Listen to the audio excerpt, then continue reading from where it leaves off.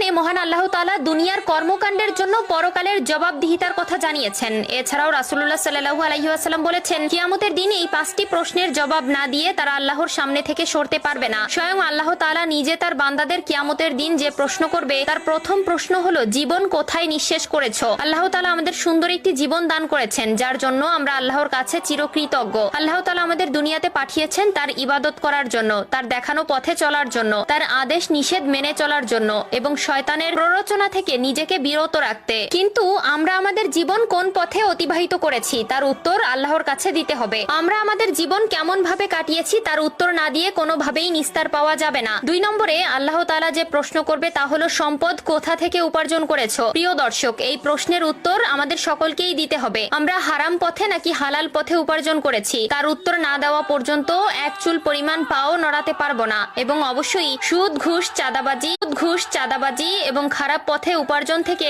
নিজে হালাল পথে ইনকাম করতে কষ্ট হলেও পরকালে আল্লাহ তাআলা আপনাকে শান্তির জায়গা দিবেন। 3 নম্বরে রয়েছে, তোমার উপার্জিত অর্থ কোন পথে ব্যয় করেছো? আপনার দুনিয়াতে উপার্জিত অর্থ আপনি কোন পথে ব্যয় করেছেন তার উত্তর আল্লাহ তাআলার কাছে আপনাকে দিতে হবে। আপনি ভালো পথে ব্যয় করেছেন নাকি খারাপ পথে ব্যয় করেছেন সবকিছুর হিসাবই আপনাকে দিতে হবে। অবশ্যই নিজের দৈনিক চাহিদার পাশাপাশি আল্লাহর রাস্তায় দান করার চেষ্টা করবেন। গরিব দুঃখী অসহায় মানুষকে সাহায্য করবেন, তাহলে আল্লাহ তাআলা আপনাকে সাহায্য করবেন। 4 নম্বরে যে প্রশ্ন করা হবে তা হলো, যৌবন কোথায় ব্যয় করেছো? আল্লাহ তাআলা যৌবনকালের ইবাদতকে অনেক বেশি ভালোবাসেন। যে যৌবনকাল খারাপ ভাবে কাটাবে তার হাসরের ময়দানে নিস্তার নেই। 5 নম্বরে যে প্রশ্ন করা হবে তা হলো, দুনিয়াতে যতটুকু জ্ঞান অর্জন করেছো তার কতটুকু আমল করেছো? প্রিয় দর্শক, আল্লাহ তাআলা বলেছেন, আগে জানবে তারপর মানবে। অবশ্যই আপনি দুনিয়াতে যতটুকু জেনেছেন ততটুকু আমল করার চেষ্টা করবেন, যা না জানেন তাও জানার চেষ্টা করবেন।